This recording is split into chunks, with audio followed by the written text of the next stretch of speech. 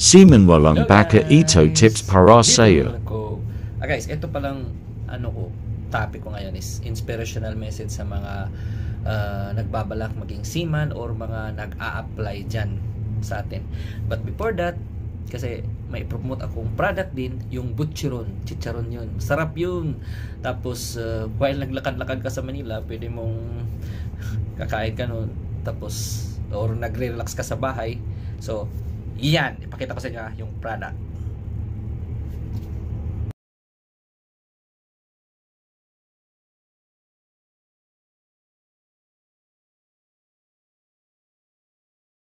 So guys, so nakita nyo na yung product.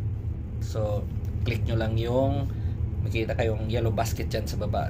Mariredirect kayo sa showcase ko. So order kayo. Mura lang 85. Guys, ito pala inspirational message to sa mga kadete or mga nagbabalak maging seaman or mga nag-a-apply.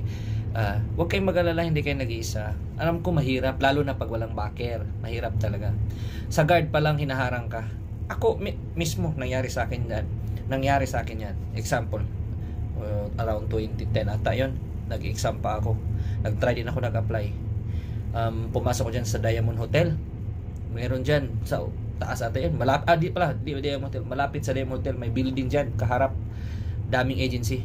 Sinasabihan lang ako na, sir, doon ka, may backer ka dito? Sabi ko, wala.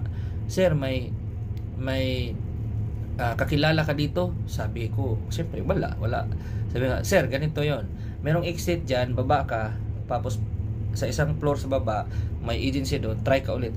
Hanggang simula guys, 17th floor, umabot ako ng around 11th floor. Ganun ang ginagawa sa akin hanggang nababa na ako. Sabi ko, wala size to, kaya nag-exam na lang ako. Kaya sa awa ng Diyos, pag exam ko, nag-top man ako sa, kasi PRC pa dati, number 5 man ako sa board exam, so around 2010. So ayun, natanggap ako sa agency. Tapos kayod lang, wag talagang mawala ng pag-asa. Pag hindi kayo pinapasok, wow, hayaan nyo na. Maraming agency guys, hindi naman isa lang yan. Apply, damihan nyo ng apply. Ito tips to sa inyo, damihan nyo ng apply. Damihan nyo kahit saan dyan. Send kayo ng mga tawag nito, application letter sa kanila. Kung may email, search kayo sa internet, send nyo lahat. Kasi guys, ang kasi dyan, the moment na mag-surrender kayo, yan ang the moment na mawala yung pangarap ninyo. Ito ang isa na pinaka-importante din nga tips, kasi kahit matanggap kayo, tapos bumagsak naman kayo sa medical, yung katawan natin yung pinaka-importante, kasi yun ang final. Kasi marami dyan natanggap, tapos pag medical, bagsak. May mga kasama ko, wala din. Kaya ingat-ingat tayo sa ating katawan.